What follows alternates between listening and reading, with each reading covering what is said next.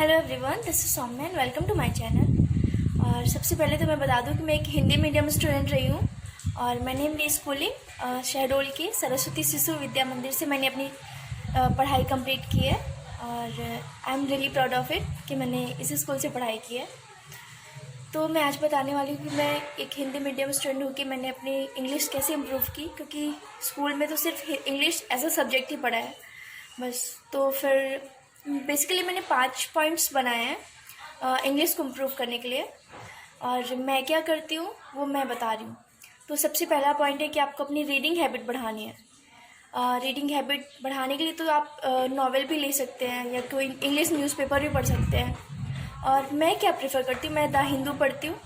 The Hindu का front page पढ़ा और उसमें जो भी एडिटोरियल आता है वो पढ़ा, 1-2 एडिटोरियल पढ़ा।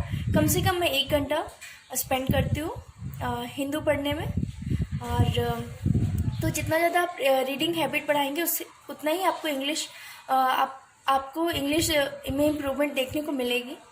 और धीरे धीरे हैबिट बढ़ेगी कि कहाँ पे ऑफ का यूज़ होगा, कि कहाँ पे टू का यूज़ होगा, कहाँ पे फॉर या फ्रॉम का यूज़ होगा, या अपने आप ये डेवलप हो जाएगा आपके अंदर।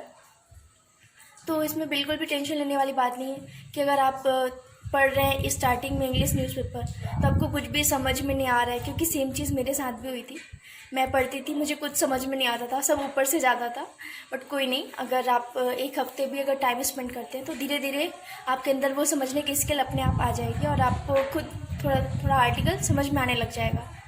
तो फर्स्ट चीज़ ये हुई कि आपको अपने अंदर रीडिंग की हैबिट बढ़ानी है, और रीडिंग की हैबिट बढ़ाने के साथ साथ आपकी इंग्लिश के थोड़े थोड़े रूल्स भी इंप्रूव होते जाएंगे, वो अपने आप आपकी स्किल इंप्रूव होती जाएगी, तो उसकी टेंशन बिल्कुल नहीं है। और सेकेंड चीज़ है कि आपको वोकेबलरी इंप्रूव करनी है, क्योंकि vocabulary plays a major role in English. तो अगर आपकी वोकेबलरी, आप किसी वर्ड की मीनिंग ही आपको नहीं पता तो आप कैसे समझ पाएंगे कि उसमें वो क्या कहना चाह रहा है। तो सबसे पहले तो आपको, अगर आप रीड कर रहे हैं न्यूज़पेपर तो उसमें जो भी वोकेबलरीज़ हैं अब उनको नोट डाउन करिए और उनका हिंदी मीनिंग निकालिए, सिनोनिम्स इंटोनिम्स निकालिए और उनको डेली रिवाइज़ करिए। तो डेली रिवाइज़ करने का तो ऐसा है कि सब बोलते हैं कि हाँ डेली रिवाइज़ करना है, बट थोड़ा थोड़ा हो नहीं पाता। बट नो, आपको करना है तो करना है, क्योंकि मेरे साथ भी स्टार्टिंग में ऐसा था कि मेरे को अरे रहने दो, कौन करे, बट नहीं, क्योंकि ये चीज़ बहुत ज़्यादा हेल्पफुल होती है। लोग सोचते हैं कि अगर अरे रीडिंग कम्प्रहेंशन में तो 1 ही 2 नंबर की वोकेबलरीज आती हैं तो क्या इतना ज़्यादा पढ़ना, बट नहीं, वोकेबलरी सिर्फ आरसी में नहीं आती है, आपको क्लोज टेस्ट में भी बहुत ज़्यादा हेल्प करती है। तो क्लोज टेस्ट में अगर आप फिलिंग करना है वर्ड्स की, तो आप वर्ड की अगर मीनिंग ही आपको नहीं पता तो 5 ऑप्शन में आपको कैसे पता चलेगा कि कौन सा वर्ड एग्जैक्टली यहाँ पे फिट होना है। तो vocabulary actually plays a major role. तो आपको अपनी वोकेबलरी इम्प्रूव करनी है। और मैं बता दूं कि मैंने स्टार्टिंग से, जब से मैंने द हिंदू रीडिंग स्टार्ट की है, तो मेरी एक पर्टिकुलर एक डायरी बन गई है, वो पूरी फुल हो गई है। उसके बाद मैंने दूसरी डायरी अभी न्यू स्टार्ट की है, वो भी थोड़ी थोड़ी फुल हो रही है, मतलब आधी हो गई है। तो आपको ऐसी एक डायरी बनानी है और उनको डेली रिवाइज़ करना है, और ये बहुत ज़्यादा हेल्पफुल होगा। तो 2 पॉइंट्स हो गए। थर्ड पॉइंट है और मोस्ट इम्पॉर्टेंट पॉइंट मैं बोलूँगी, क्योंकि इसने मेरी इंग्लिश बहुत ज़्यादा इम्प्रूव की है।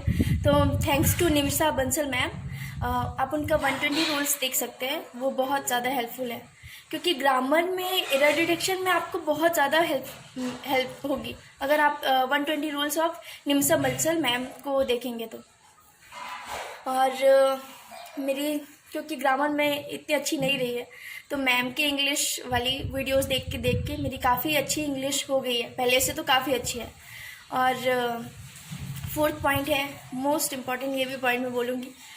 हम सब डरते हैं कि अगर हम कोई भी अगर इंग्लिश का क्वेश्चन सॉल्व कर रहे हैं, आरसी हो गया, क्लोज टेस्ट हो गया, पैराजम्बल हो गया, एरर डिटेक्शन हो गया, तो लग रहा है कि अरे यार 10 में से अगर 1 नंबर आ गए तो मतलब बहुत ज़्यादा हम डीमोटिवेट हो जाते हैं कि अरे इतने कम नंबर आ रहे हैं, अब तो मैं जब पूरा ग्रामर पढ़ लूँगा, सब कुछ पढ़ लूँगा, तभी मैं क्वेश्चन सॉल्व करूँगा। तो ऐसा नहीं है, आपको धीरे धीरे कुछ भी अगर 1 नंबर आ रहे हैं या माइनस में भी नंबर आ रहे हैं, फिर भी आपको क्वेश्चन करने की हैबिट डालनी पड़ेगी।